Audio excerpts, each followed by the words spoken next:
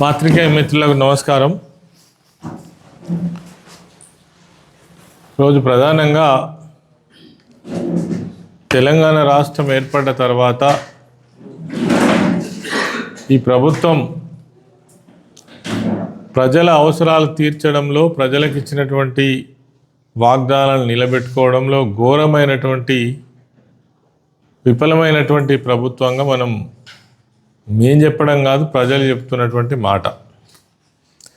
దానికి తోడు ఇచ్చిన వాగ్దానాలు నిలబెట్టుకోపోగా, అదేవిధంగా తెలంగాణ రాష్ట్రంలో ఉన్నటువంటి వివిధ సమస్యలను పరిష్కరించేటువంటి ఆలోచన చేయకపోగా, తమ సొంత లాభం కోసం ముఖ్యమంత్రి కావచ్చు, మంత్రులు కావచ్చు, ప్రాంతాల వారీగా ఈ రాష్ట్రాన్ని ఏ విధంగా దోచుకోవాలనేటువంటి ఆలోచనే ప్రధానంగా కనబడుతున్నట్టుగా మనకు తెలుస్తూ ఉన్నది. ఈ మధ్య కాలంలో బీఆర్ఎస్ పార్టీ నాయకులు కేటీఆర్ గారు కావచ్చు, హరీష్ రావు గారు కావచ్చు, సందర్భాన్ని బట్టి ఈ ప్రభుత్వం చేస్తున్నటువంటి తప్పుడు నిర్ణయాలు, తప్పుడు విధానాలు, ప్రజా వ్యతిరేక విధానాలు, ప్రజలకు నష్టం కలిగించేటువంటి అనేక స్కామ్స్ను కూడా బయటపెట్టడం జరుగుతూ ఉంది. మరి ఈ వారం రోజుల పరిధిలో హైదరాబాద్ నగరంలో గతంలో ఎప్పుడో ఇండస్ట్రియలైజేషన్ కోసం, పరిశ్రమల కోసం కేటాయించినటువంటి 9,223 ఎకరాల భూమిని మరి ల్యాండ్ ట్రాన్స్ఫార్మేషన్ పేరుతోటి దాదాపు 5 లక్షల కోట్ల కుంభకోణానికి పాల్పడుతున్నట్టుగా దాని లెక్కలు, పక్కలు, వివరాలతో పాటు హరీష్ రావు గారు బయటపెట్టిన తర్వాత ఈరోజు ప్రభుత్వంలోనే ఒక తర్జమా భర్జమా, అంటే అధికారుల లోపట, మరి ముఖ్యమంత్రి కార్యాలయం లోపట ఒక గందరగోళ వాతావరణం నెలకొన్నటువంటి విషయం మనం చూసినాం. మరి దాని నుంచి ఇంకా తేరుకోక ముందే దేశంలో మరొక అతిపెద్ద స్కామ్కు వీళ్ళు తెరలేపేటువంటి ప్రయత్నం చేస్తూ ఉన్నారు. ఏంది వీళ్ళు చేస్తున్నటువంటి ప్రయత్నము?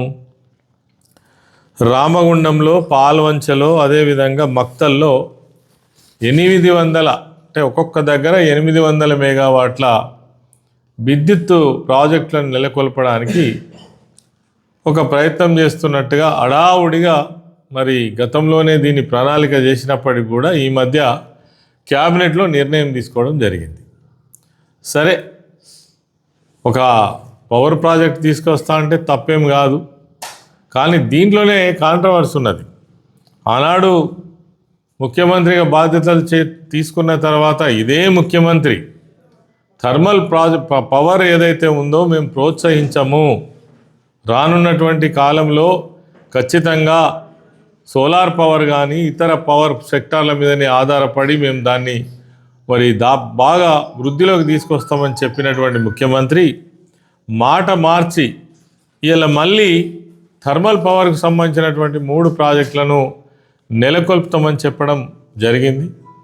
ఒకవేళ నిజంగా కూడా థర్మల్ ప్రాజెక్ట్స్ని నెలకొల్పితే కూడా తప్పని మేము అనట్లేదు, కానీ ఇక్కడ హరీష్ రావు గారు ప్రత్యేకంగా ప్రశ్నించినటువంటి విషయం ఒకటి.